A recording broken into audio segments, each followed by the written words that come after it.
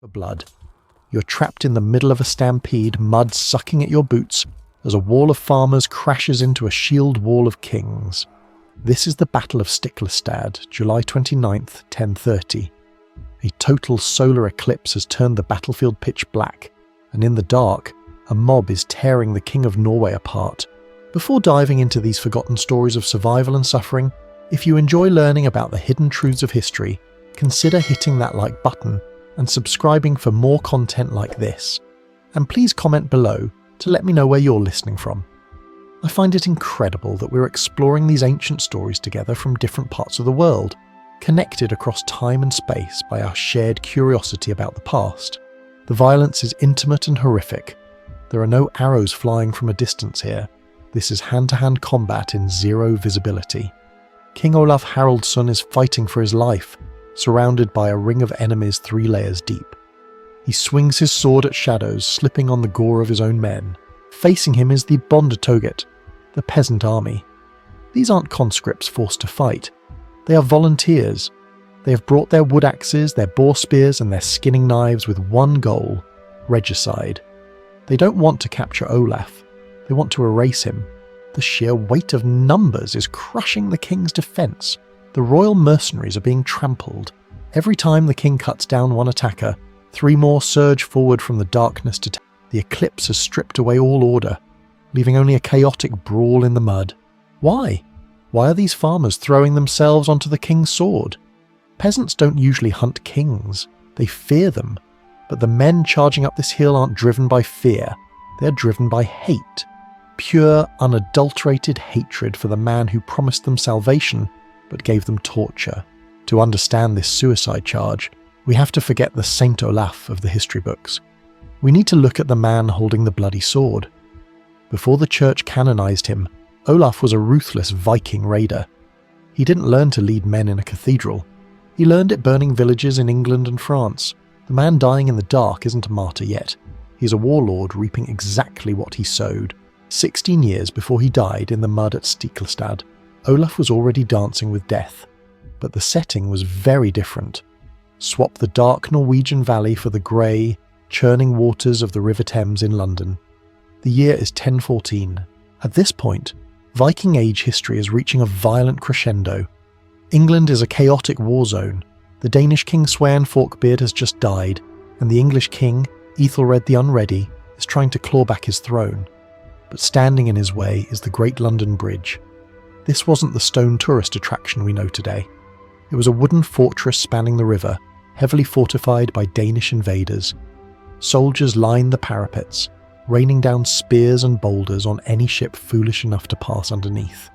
It was an unbreakable chokehold on the city. Enter Olaf Haraldsson. He is roughly 19 years old, a stocky, thick-necked mercenary captain with a reputation for creative violence. King Ethelred offers him a fortune in silver to break the deadlock. A normal commander might have tried to storm the bridge from the banks. Olaf decides to bring the bridge down into the water. This operation showcases the brutal ingenuity of Viking warfare tactics. Olaf orders his men to strip the roofs off nearby houses. They lash wattle, wicker, and timber over their longships, creating crude armoured shells. These floating tanks look ridiculous, but they are necessary. The fleet rows straight into the kill zone. From the bridge above, the Danes unleash hell. Heavy stones smash into the wicker roofs. Spears pin men to the deck planks. The noise is deafening, the splintering of wood mixed with the roar of the current. But the ships survive the barrage long enough to reach the massive wooden pilings that support the bridge. Olaf doesn't order his men to climb up. He orders them to row away. Thick cables are wrapped around the central pillars. "Row," he commands. The oars bite into the Thames. The current is with them, amplifying the horsepower of hundreds of rowing Vikings. The ropes pull taut. The wooden pilings groan under the immense tension. Above, the Danish defenders suddenly realise the ground is moving beneath their feet. With a catastrophic crack, the structural integrity fails. The main spans of London Bridge buckle and collapse into the river, dragging hundreds of soldiers in chainmail down to the bottom of the Thames. The blockage is cleared, London is retaken, and yes, if that scenario sounds familiar, it is likely the grim historical origin of the nursery rhyme, London Bridge is falling down. This was Olaf Haraldsson. He wasn't a pious statesman contemplating the nature of the soul. He was a weapon for hire. He spent his teenage years terrorizing the coasts of the Baltic. He was nearly killed in Estonia, raided in Finland and burned settlements in France. By the time he was 20, he'd seen more blood than most slaughterhouse workers see in a lifetime. His motivation during these years wasn't religious zeal, it was silver. He participated in the extraction of the Dongeld, massive protection payments extorted from the English. This was organised crime on a geopolitical scale. You paid the Vikings to leave, and they used that money to build better ships to come back and demand more. But a life of piracy has a ceiling. You can only burn so many villages before you want a kingdom of your own. While wintering in Normandy, surrounded by the wealth of Duke Richard II, Olaf began to look north. He saw his homeland, Norway, fractured and ruled by petty jarls and foreign Danish proxies. He saw a power vacuum. He also saw something else in Normandy that would become his most powerful tool: the church. The Dukes of Normandy were Vikings who had converted to Christianity, and Olaf noticed how useful this new god was. The Old Norse paganism was chaotic, decentralized, and personal.